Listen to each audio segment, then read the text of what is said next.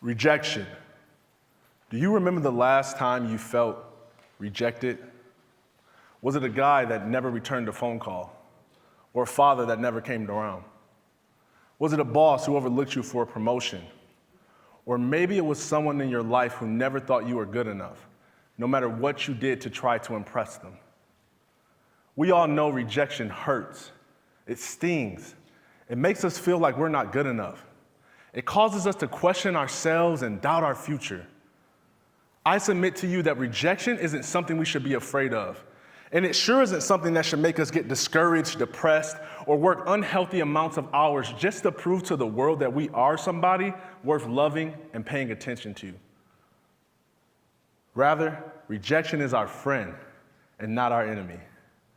I'm going to share 2 ways that we can see rejection in order to leverage those moments of pain to be the greatest catalyst to our success and proof of our value and uniqueness. The first way that we can view rejection is by seeing it as projection, a psychological projection.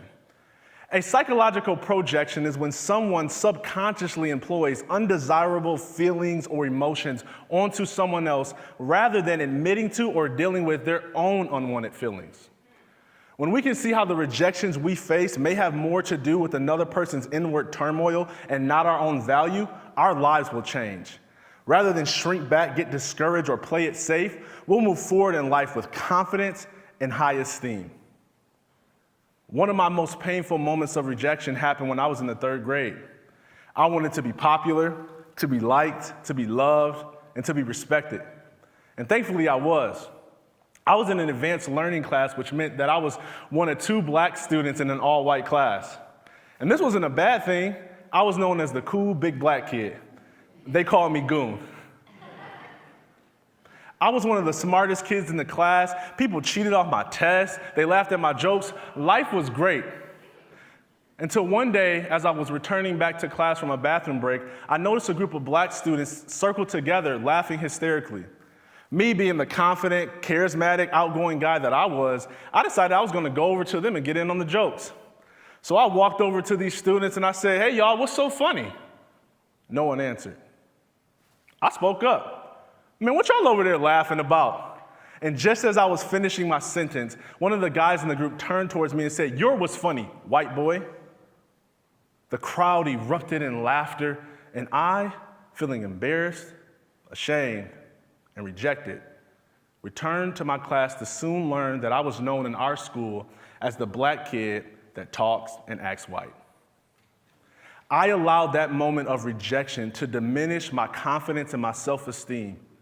Rather than celebrate my own uniqueness, I began a long journey of changing who I was to fit in with this black community.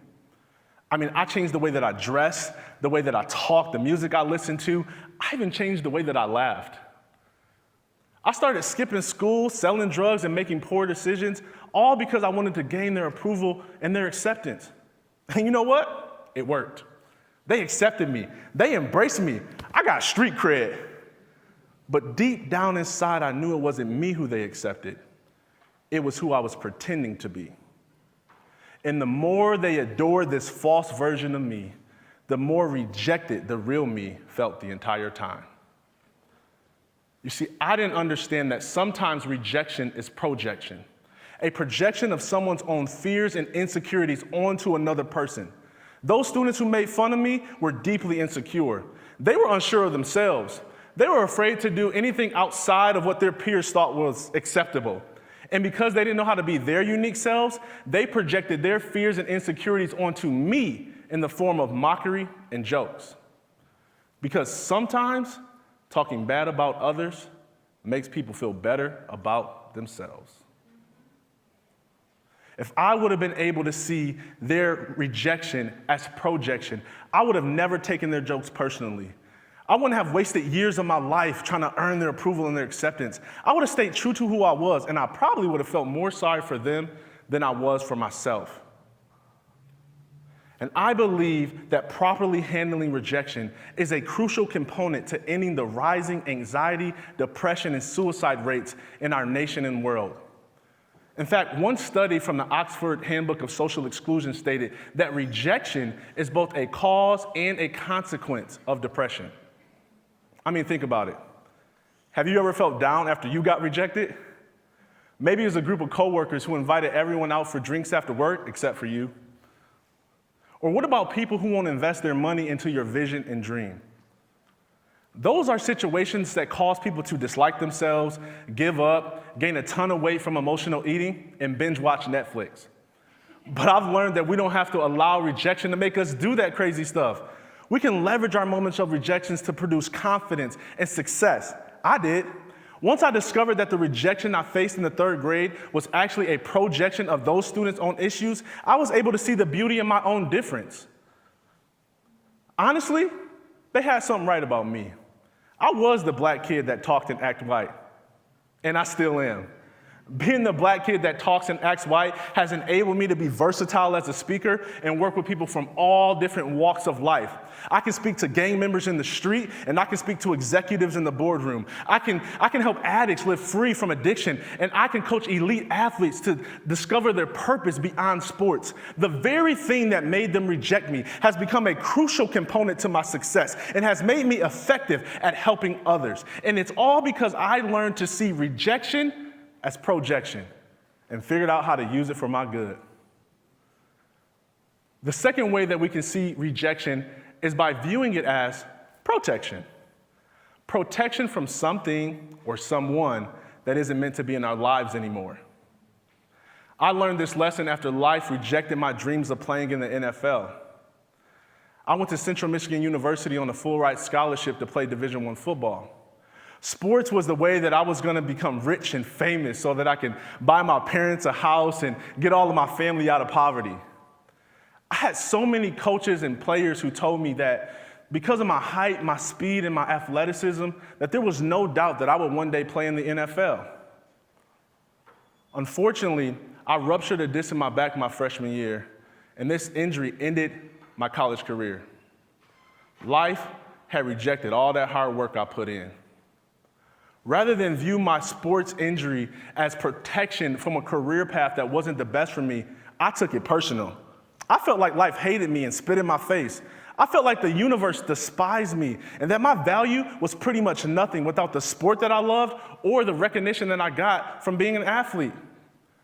Rather than let sports go, I did something terrible in an attempt to keep my athlete dreams alive. I signed a liability waiver and rehabilitated my body to once again play Division I football. I put my body through 2 years of drug addiction, pain, and sleepless nights because I couldn't face life on life's terms. No matter how many painkillers I took or how many epidural shots I got in my back, I couldn't avoid the reality that my career was finished. Nothing I did to avoid that rejection was working. I was so afraid to face rejection because I felt like it meant that I had no value and no future. I figured that since life completely rejected me and all the hard work that I put in to become a professional athlete, that I didn't just fail, but rather that I was a failure. This belief that I was a failure drove me into one of the darkest depressions of my life. I became suicidal because I thought it would be better to end my life than to deal with another painful moment of rejection. And so I would swallow whole bottles of pills in hopes that I wouldn't wake up the next day. I would get drunk and take a bunch of drugs and get in the car and drive, hoping that a car accident would end it all. It got so bad that I tried to starve myself, and I went from 275 pounds to 219 pounds in 4 weeks. And it's all because I didn't understand how to handle rejection. All these attempts at suicide landed me in the psychiatric unit in Detroit, Michigan.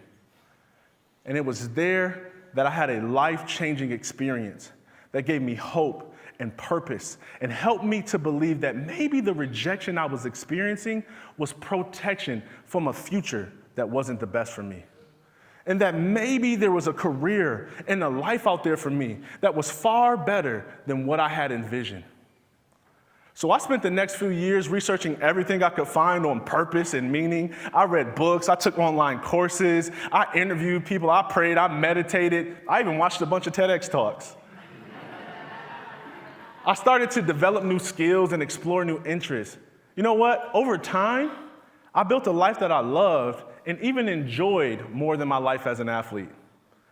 And I would have never been able to do that if it wasn't for life completely rejecting, or should I say, protecting me from becoming a professional athlete. And I believe that the world needs to have the same perspective shift that I had when I was in the psychiatric unit. Rather than internalize rejection to mean that we're less valuable or that our future is unsure, we should view it as protection from something or someone that isn't meant to be in our lives anymore. Imagine what would happen if we stopped viewing rejection as a negative, humiliating force, and we started viewing rejection as a necessary development tool and a catalyst for massive success. When I look at people who I admire that have been highly successful in life, I can't help but to notice how they've overcome rejections they face. It causes me to wonder if they would have ever become who they were if it wasn't for how they leveraged their moments of rejection. I mean, I wonder if Martin Luther King Jr. would have ever become a great leader if it wasn't for the rejection he experienced from his message and his mission. I wonder if Michael Jordan would have ever developed the drive to become one of the greatest basketball players of all time if it wasn't for being rejected by his coach in high school.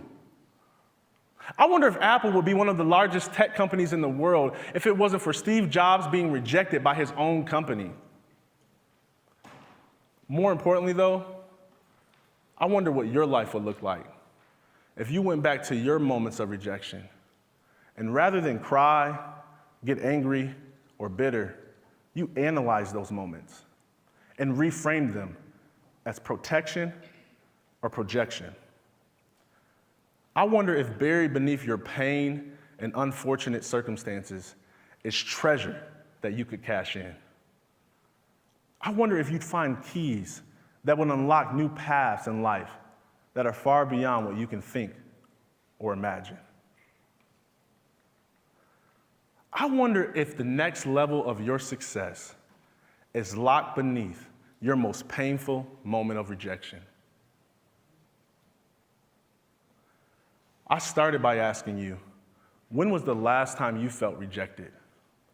Was it a boss, an ex-spouse, a parent, a friend, or just bad luck?